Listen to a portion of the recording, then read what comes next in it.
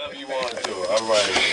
HHTT in the building today in beautiful Worcester, Massachusetts, sitting down with a hip-hop group by the name of Nite People. Now I'm only fucking around. I'm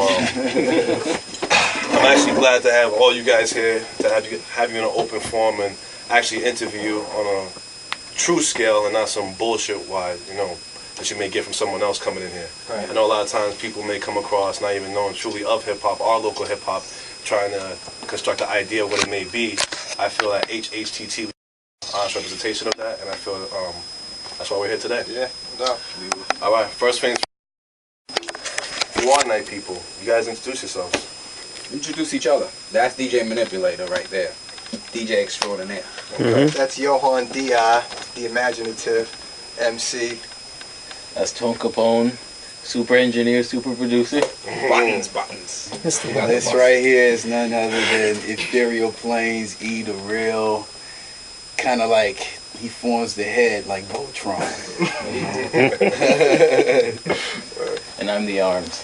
Alright. Hands and Wait a minute, that doesn't give me much choices. That's all I gotta say. What beats with his feet. Like the knee. I'm one of them. the ass. I'm the shaft. Okay. So how did you guys come together? How did this form? I mean, it started with Tone. Tone used the word, or the name Nite People for years now. Yeah, I've it's always like a production name. Okay. And like I did my first album in '03, and he actually mastered it. And if you even look at the credits on it, it says like mastered by, formerly known as Diamond T, but yeah, for Nite People production. With Tones, and we linked up after that when we were recording this BKM album, and we just wanted to make more shit, just me and him, and we got in the lab, laid shit down, and needed a group name, so we decided to use Nite People. Okay, okay. How did everybody come into the fold? You and Tony did, but how did you guys come into the I came into the picture around the time they were finishing the first project. I got a hold of the BKM album from like a sneaker store or whatever, and I heard it, and I reached out to them because they had dope shit, and I wanted to get up with people locally because around here there wasn't many people, at least on, I guess, their level, doing like shit that I wanted to do. And we snagged them. Nobody else can have them. That's right. They all want them now. Franchise. That's right. You gotta It's kind of a blessing in both ways. Right.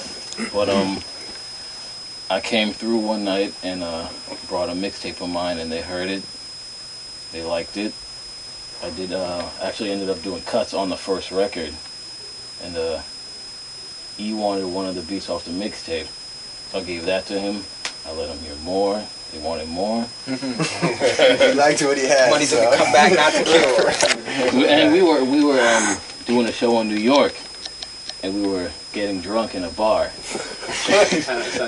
And they were like, Good stories always start that way. they're like, I feel like you're a part of the group too, and I said, you know what? Me too.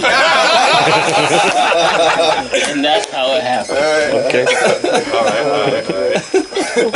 Very interesting story. I love this shit.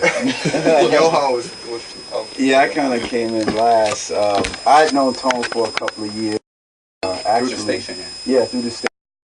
DJ sometimes for Friday Night Live, and I knew he did beats, so you know we were trying to link up, but we never kind of got together and did anything. I was kind of on a dead end at that time too with people I was working with. Yeah. Things weren't just happening; it was just stagnant. And then they had a show at the Ship, and what was that place Hotel called? Vernon. Yeah, the Hotel Vernon, and I was The like, upscale Hotel Vernon. yeah, the upscale hotel. The Ship, okay.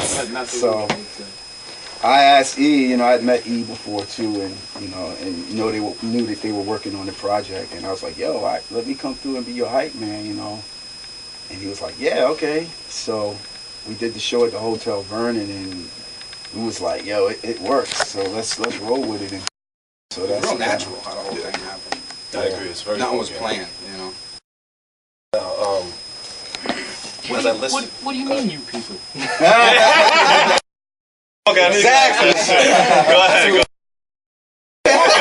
What do you mean, you people?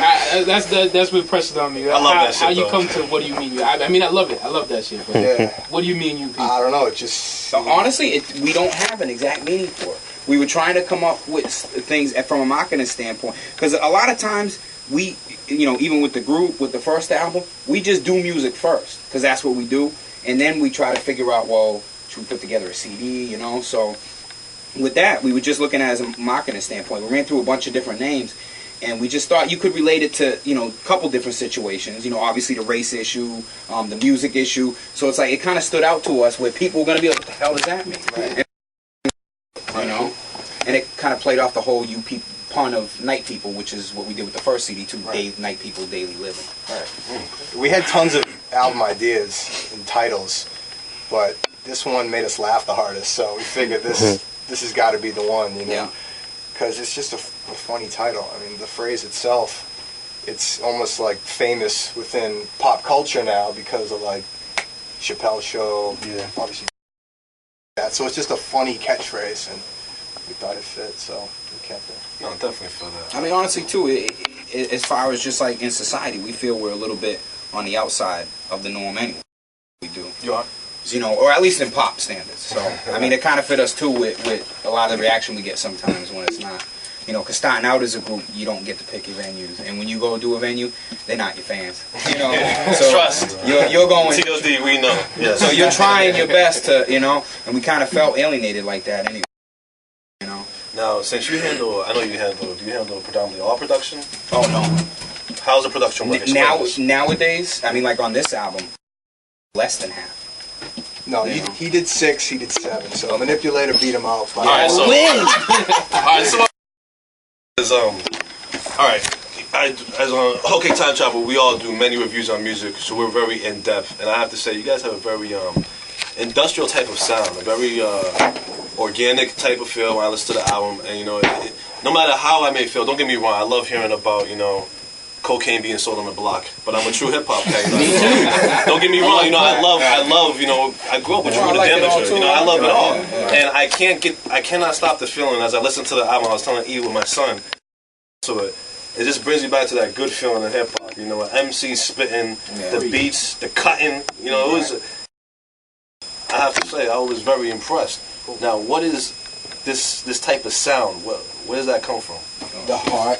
Yeah. It's just the thing about us is that we all each other's musical taste. I appreciate his lyrics. He appreciates mine. I love Tone's production. I love Manip's, and vice versa. So we just do music, man. It just comes from the heart, wherever Tone. I call E today, like, yo, I got the beat for so and so track. Let's do it, So it's just it's natural. It just comes together so easily. We just keep going for that high feeling you get, that adrenaline when you make something dope. Because even like I'm just as excited mixing his tracks as I am making mine. So it works.